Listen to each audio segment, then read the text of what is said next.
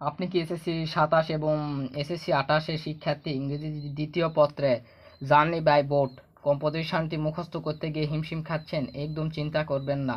আজকের ভিডিওতে আমি পৃথিবীর সবচেয়ে সহজ ভাষায় প্রতিটি লাইনের বাংলা অর্থ সহ এই কম্পোজিশনটি আপনাদেরকে প্রাণের মতো সহজ করে বুঝিয়ে দিব। ভিডিওটি সম্পূর্ণ দেখলে আপনিও ফুল মার্ক পাবেন। আর তোমাদের বোঝার সুবিধার্থে আমি ইংরেজি বাক্যের নিচে বাংলা অর্থ লিখে দিয়েছি।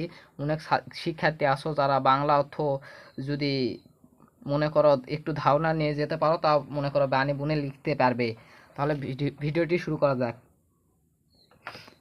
জার্নি বাই বোট মানে নৌকা ভ্রমণের একটি অভিজ্ঞতা। A journey is a part of education. Part মানে অংশ, এডুকেশন মানে শিক্ষায়। ভ্রমণ হলো শিক্ষার একটি অংশ।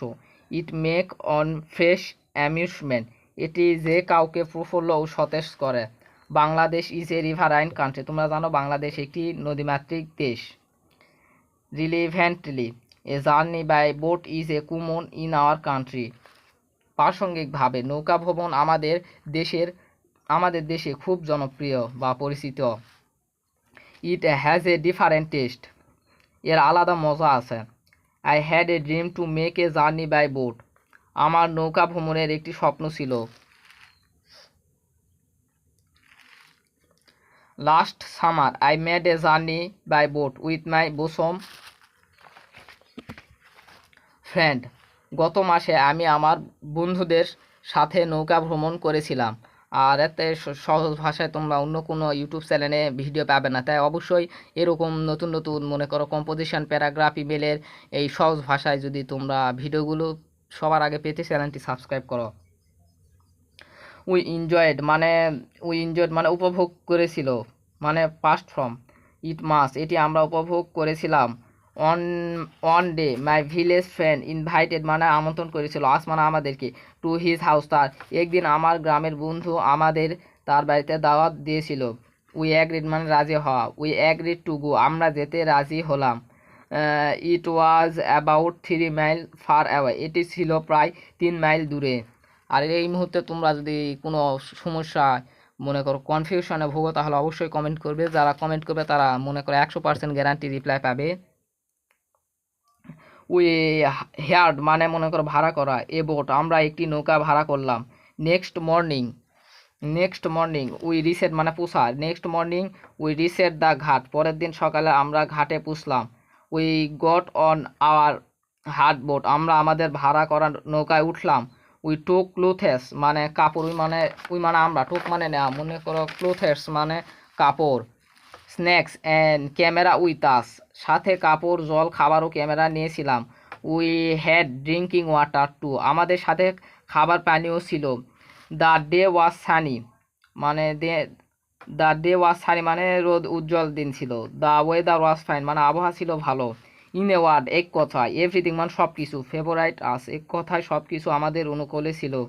We started our journey from Kurigram to Gaibandha আমরা কুড়িগ্রাম থেকে মনে করো গাইবান্ধার উদ্দেশ্যে যাত্রা শুরু করলাম।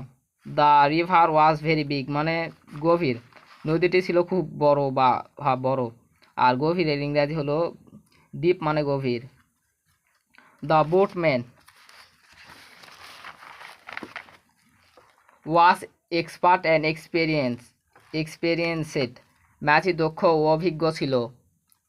Hour boat was running very smoothly আমাদের নৌকা খুব ভালোভাবে চলছিল। এভরিথিং মানে সব কিছু। ওয়াজ ফার অ্যান্ড লাভলি সব কিছু সুন্দর ও মনোরম ছিল। We were close to nature আমরা প্রকৃতির কাছাকাছি ছিলাম। We we saw field of paddy long lines of trees and house on both side মানে আমরা নৌকা থেকে মনে করো সবুজ মাঠ, গাছপালা এবং বাড়ি ঘর দেখছিলাম। বার্ডস মানে পাখিরা, ওয়ার মানে সেখানে, ফ্লাইং পাখিরা সেখানে উঠতেছিল। রিয়েলি মানে সত্যই। The scenes were very beautiful সত্যই দৃশ্যগুলো অনেক সুন্দর ছিল। We reached our destination at 11 AM destination মানে গন্তব্যে পৌঁছানো। তাহলে আমরা সকাল 11টায় গন্তব্যে পৌঁছলাম। শেষ দিকে চলে আসলাম। We saw that our friends was waiting for us. আমরা দেখলাম যে আমাদের বন্ধু আমাদের জন্য অপেক্ষা করছিল।